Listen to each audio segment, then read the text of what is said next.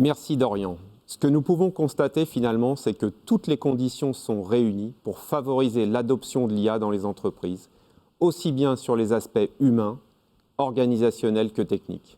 Sur le plan humain, tout d'abord, ce qu'on peut voir, c'est que les entreprises favorisent l'interaction entre le métier, les gens qui ont la connaissance du business, et des profils techniques pointus et spécifiques que sont les data engineers et les data scientists. Sur l'aspect technique, finalement, la démocratisation de l'IT rendue possible par Internet et l'interconnectivité des réseaux a littéralement fait exploser le volume de données.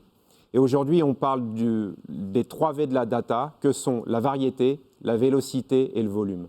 Sur le volume, ce qu'on voit apparaître, c'est des plateformes de type Big Data, Data Lake, de type Hadoop ou Apache Spark.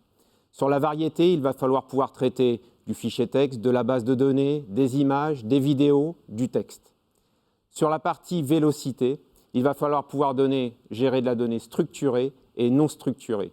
Et au final, ce qu'on s'aperçoit, c'est qu'aujourd'hui, on a suffisamment de données pour avoir des algorithmes pertinents sur lesquels on va pouvoir décliner ça sur des modèles de type machine learning, deep learning, avec des cas d'usage divers et variés comme on a pu le voir, à savoir de la prédiction, de la classification, de la régression, de l'analyse d'image ou de l'analyse de texte.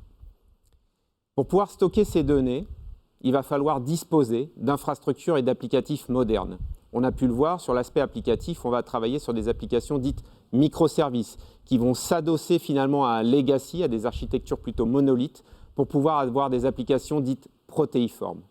Sur l'aspect infrastructure, on va finalement softwareiser l'intégralité des composants du data center pour pouvoir piloter de manière logicielle du compute, du stockage, du réseau. Et finalement, les clients vont pouvoir bénéficier d'infrastructures en propre sur du cloud privé, pouvoir bénéficier de la puissance de frappe du cloud public avec de l'anonymisation des données, du data caching, pouvoir finalement avoir du cloud souverain pour la souveraineté des données et avoir une stratégie multi-cloud, et enfin pousser cette logique jusqu'au métier pour avoir une analyse en temps réel de la donnée, ce qu'on va appeler l'edge computing. Et c'est là finalement la valeur ajoutée de VMware, c'est pouvoir libérer ces entreprises pour pouvoir les doter d'un socle technologique moderne, scalable, robuste et surtout agnostique, aussi bien sur le plan applicatif que sur le plan d'infrastructure, et donc qu'elles puissent se concentrer finalement sur leur valeur ajoutée, leur cœur de métier, pour pouvoir avoir le service le plus qualitatif auprès des clients et finalement aller chercher, même tirer de nouveaux cas d'usage. Retour au débat, merci beaucoup.